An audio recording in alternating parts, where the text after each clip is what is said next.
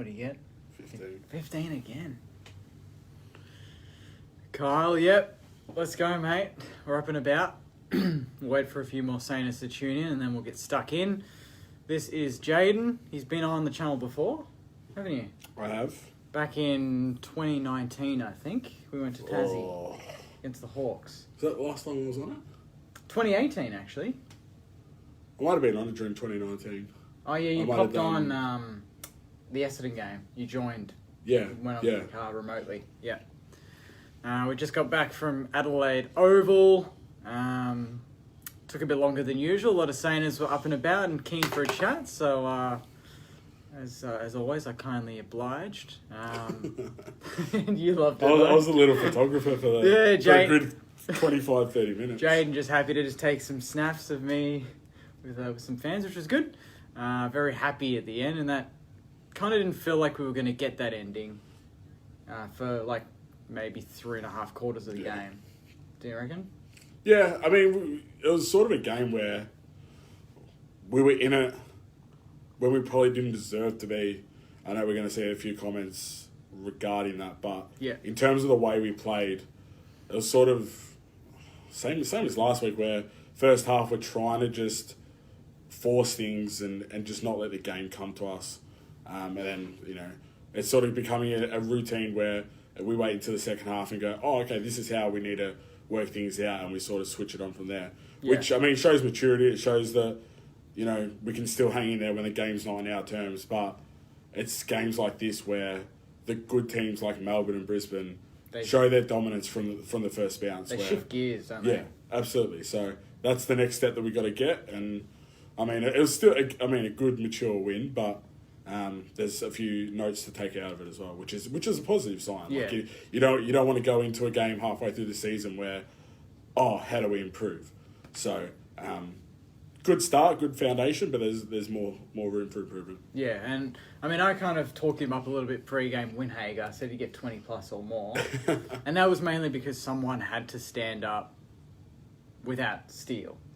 Absolutely, and I think do you reckon it took the boys maybe a couple of quarters to really kind of get... Seb took a while to get into it. Crouchy took a while to get into it. Even Paddy in the ruck. I thought that was a big issue. Thought that was a matchup that we should have won convincingly, and I don't think we did until that last quarter. I mean, Rowan had a good shot for goal in this. I think it was in the second quarter.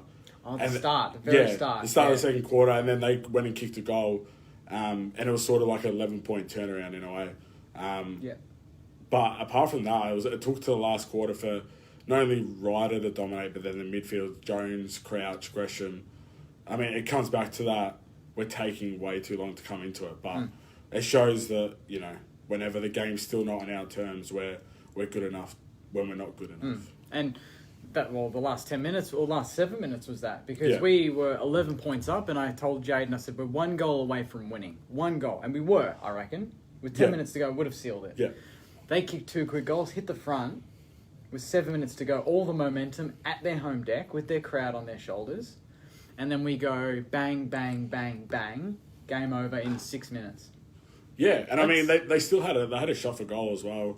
I think it might have been King kicking one of his few in the last, and then they got a free kick 30 out, slight angle, and he shanked it to the right. So he kicks that goal, and it can easily be a different story. But again, it comes back to maturity,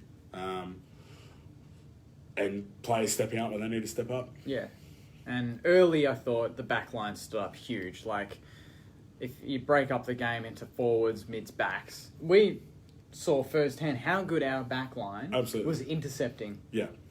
If they're not doing that, we're down by more. Absolutely. Even the first quarter, like Howard and Wilkie were... They just read the ball. Read the ball really well. I thought our transition from the defensive 50 was pretty poor for the first half. Second half, they cleaned it up a little bit. But what Adelaide were allowed to do, finding that 45 angle kick through the middle... it opens up so many avenues going forward. Yeah. Whereas we were so predictable, especially in the first half, going along the boundary.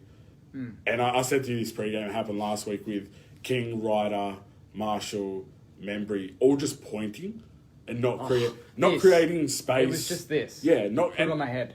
I felt like it was a game where Max King was allowed to do that when he was one out. But when you got three of you guys in a huddle, there's three more players. There's usually a spare player as well. So that's 7 already. You're not going to be able to create anything. Best case scenario, it's a spoil into the crowd and it's a throw-in. Yeah. Which at that time, like, I thought the midfield was getting beaten in the first half. So it wasn't working for us. So I think that's one area where we need to clean up moving forward. But the last quarter, that shifted and we're able to break through the lines, create more space. Winning centre bounce clearances is a massive help, and getting the ball inside 50. And I thought the pressure was good in moments, and in the last quarter it was really good. Yeah. But we need to make sure that we have that for 4 quarters. Yeah. And Brad Hill, we talk about the back line and the disconnect between getting the ball out of defensive 50 and moving it forward. Yeah. It seemed, at least, I don't know if the Saners at home are watching and if this was correct on field, but Brad Hill in the back line, it seemed like he was playing in the back line, or half back at least, for a little bit of the game. Because even when they'd kick a goal and we had the huddle in the back line, he was there. He was part of that 6. Yeah. Did you I was a bit like, he to me, when we're playing at our best, Hill's on the wing or playing at half forward and he's kicking into the 50. And that's something that I want to quickly say. Hill's kicking into the forward line was beautiful tonight. Oh, absolutely. And that's why he's got to play forward. Yeah. It's got to be... His mistakes were in the back half. Yeah, exactly. And it's a case of... That's where we struggled last year was... Because he was coming off the half-back flank, we go, okay, we got the mark. Where's Brad? Yeah. We need to give him the handball receive so that way he can run on. And there was just no team effort to make sure he had that space. Because he was getting chased down. There was no space up forward for him to kick that, 30-metre kick. Yeah. And it was either a turnover or a 50-50 ball at best case scenario. So that's why he's got to play forward. He's delivering into, I think it was Sharman in the last. Sharman, really. Then there was one into Wood as well that he snapped around the corner.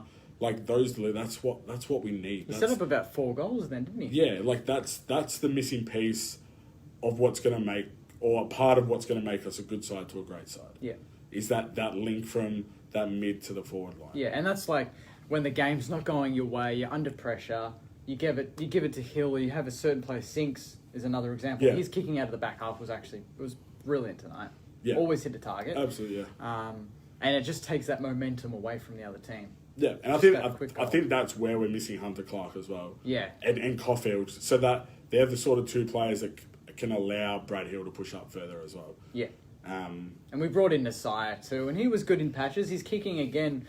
He does about 1 or 2 a week where you're like, far out, they're good kicks. Yeah, down the line. Yeah, absolutely. Forward pressure, I thought was okay in the last quarter, but for the majority of the game, I think because we're missing Butler, we're missing Higgins.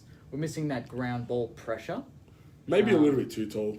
Benny Long was playing like a tall, trying to take speckies all night. Yeah. But, I mean, I don't know. He just he lives off his own vibes. He goes off instinct. And when it works, it's good. But when it doesn't, it's almost a detriment. Yeah. In a way. And he laid a beautiful tackle that was pinned. I mean, we haven't even talked about the umps yet, and you don't want to. I don't want to. He doesn't want to talk about the umps, so we'll keep it low key on the umps. So I know there's going to be some questions there, but there'll be a lot of talk about the umpiring because the stats. What were the stats in the end? Like contested ball and inside 50s. Did we win those? Inside 50s lost by 2. Yep. Stoppages. We won hitouts by 45. I don't know how. Clearances though? Clearances lost by 7. See, that's bad. Which is disappointing. But centre clearances won by 4. Yeah. And that's where we sort of won it in the last quarter. Yep. Contested possessions was lost by 1, so that's nothing. Tackles inside 50. We only laid 4 tackles inside 50. And really? 41 for the game, which is disappointing for a pressure team that we are. Yeah, yeah. Shall we get into some questions? Absolutely. All right, let's go with... I don't know. Not the first one. No, we'll skip the first one. Good on you, Jay. The Sad Saner. Famous Sad Saner. He always posts in the podcast, sends in questions to the podcast. He says, Cal Wilkie can have my children. Thoughts? Yeah. Yeah, he can have mine as well. I mean, such a good game from Cal, isn't he? He doesn't lose one-on-ones. He's that underrated player that every team needs. He just does his job.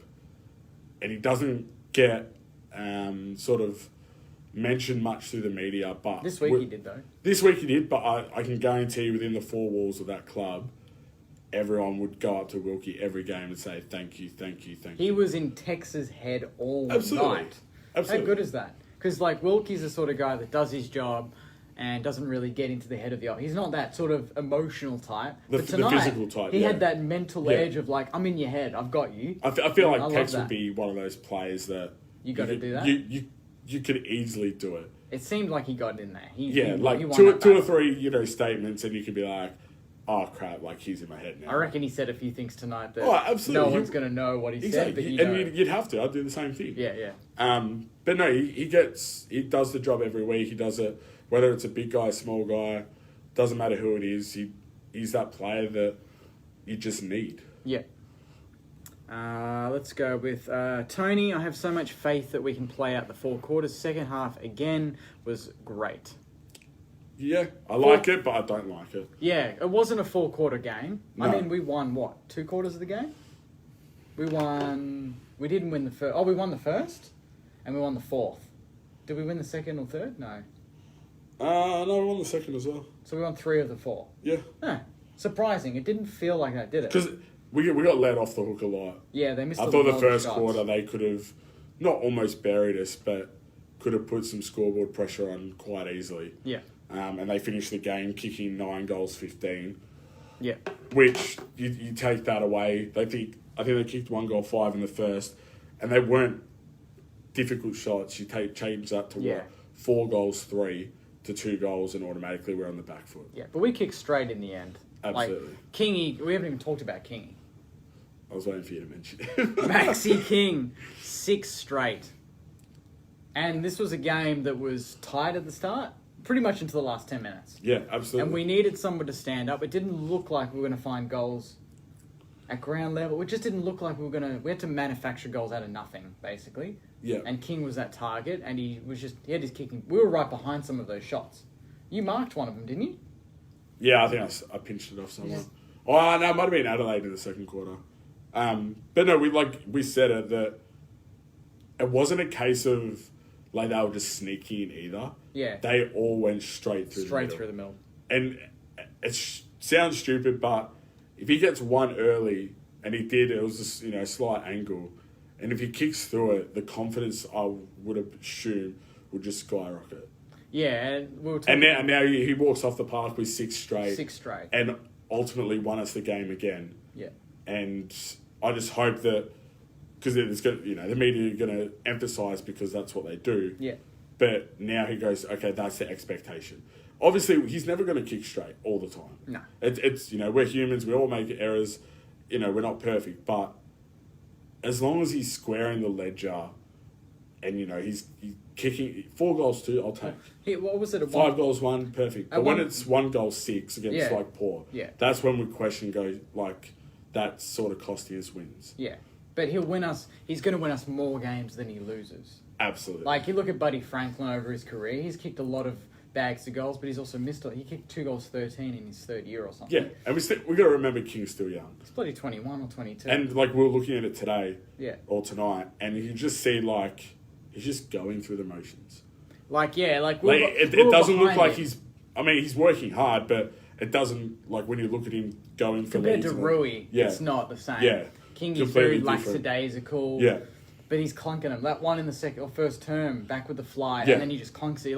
Yeah. How does he do it? And I love that. For so many years, we've had to struggle to win games because we didn't have that star power.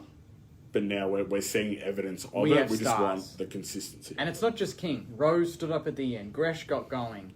Sinclair the whole game. Yeah. The back line as a unit is a very good back line. All without the captain as well. All without the captain. All without our second best goal scorer of the year and best small forward in Jack Higgins. Yeah. It's a huge effort. So it's a huge win for the Sainers, and that puts us up to 5th on the ladder, I believe. Yeah. and a big game against North next week. And North were pretty good against Melbourne. We watched a little bit of that game, and they were pretty competitive. It's a danger game because It it's one of those games where you can have a preconceived idea. And it's before the bye. You might be already thinking bye and having a holiday. Exactly. You know? So, I mean, Rats came out during, I think it was Monday, and he emphasised 1 week at a time, 1 week at a time. Yeah, so, and especially the way the competition is, like you look at Melbourne and Brisbane are probably safe at the top Carlton, two. Sydney, Freo. And then you got the next bunch of like 12 teams that, two losses in a row and you're inside the 8 or outside the 8, and 2 wins puts you inside the 8. Yeah. So you've got to maintain your form. Yeah, absolutely. Well, we'll leave it there because I think we might go out and get a cheeky final knock-off drink for the Saners. What do you reckon? Sounds good. Sounds good. I'll toast that to Max King. Toast to Max King. Don't have the wine on me at the moment, Saners. I know you're all disappointed, but we'll go and get one now. And it was a good night. Good night at the footy. Three quarters of tough footy, not knowing what the result was going to be, and then the boys, as they've done all year, to be honest, have stood up when the heat's on. And that's not the. It's good to know that, you know, if it's a one-off and we win a game like that, you're like, it's not going to happen every week, but we've done it against Richmond. We've done it in almost every single game. We've had that moment of, let's go. Yeah, we've played the game when it's not on our terms, or we've hung in. And then I mean, for the first half tonight again. Swings. Yeah, first half tonight, Adelaide probably had the control of the flow of the game. Yeah. But they're just finding a way. It's just when we have these games against the weaker opposition, not the it should be a guaranteed win, but when you're not versing the likes of Melbourne, Brisbane, and you're coming out the bottom side of the table, you need to stamp your authority straight away, especially in an away game as well. Yeah, get the crowd you out kick of it. three quick goals. Crowd's already... They were leaving. Well, 2 goals into that 4-goal burst. They were gone. And you were loving it. You were going off. I love it because Adelaide's just renowned for it. But you kick 3 quick goals and automatically the team's on the back foot and the crowd's just taken out of the game. It's completely silent. Yeah. And you've got the game on your terms. So it's a challenge for them next week against North. Back at Marvel, though, which is back good. at Marvel. I think it's a home game as well. We'll get Hunter Clark, hopefully back. Higgins, potentially Butler. Yeah. There's players coming back. So it's good to have those, fight for spots. Yeah. But yeah, it's a challenge for them as a group to, okay, as soon as the first bounce goes, we've got to go for it. And it's probably up to Ross and Crouch in the middle. They're the two. The first clearance. Yeah, and I said that to you tonight. It's hard for Howard because Steele was always in the middle, and he's not a direction leader. He's follow an example. Me. He's leader. like, do what I do, and let's go. Yeah. And I'll set the tone and I'll set the standard. So when you're a fullback and you're the captain, it's hard to sort of. I mean, you can do your 1%ers like your spoils and that, but apart from that, if the ball's not in your area, it's hard for you to sort of make a statement to your teammates. When you're in the middle of the ground, you're like, boys, let's go, let's do that. So it's time for, Rosh, Gresham, Crouch, Jones, Sinks as well. Sinclair, those sort of players to all not individually step up, but as a group, just everyone takes a little bit of each. Yeah. Each missing piece from Steele and put it together and we go forward. Yeah. Well, good win, Saners. Hopefully enjoyed that review. I definitely enjoyed the game, especially the last quarter. Good to fly over here and see an interstate win. It's been a while. Interstate wins are always the best. They're always the best. I mean, to me, someone commented and asked where I was sitting tonight. We were right in the cheer squad. Yeah. Behind the goals. Best experience. I haven't done it before, to be honest, so disappointed I haven't. But tonight, it was a really good vibe. Great singing, chanting, clapping, supporting the boys when they were down. And then we got the most of it at the end when they got on a roll and we were all up and about and yelling at the umps, getting off, fully going at them. The umps, by the way, we won't talk about. We'll keep that safe for the podcast. But enjoy the rest of your night, Saners. We'll leave it there. This will be up on YouTube as well. If you've tuned in halfway through, you can tune in and watch it in full there. And I'll be back on Tuesday night or Monday night with the podcast with Marshy and Joycey. So enjoy the rest of your weekend, Saners. And beautiful win. Final words? Let's go Saints. Go Saints. See you, Saners.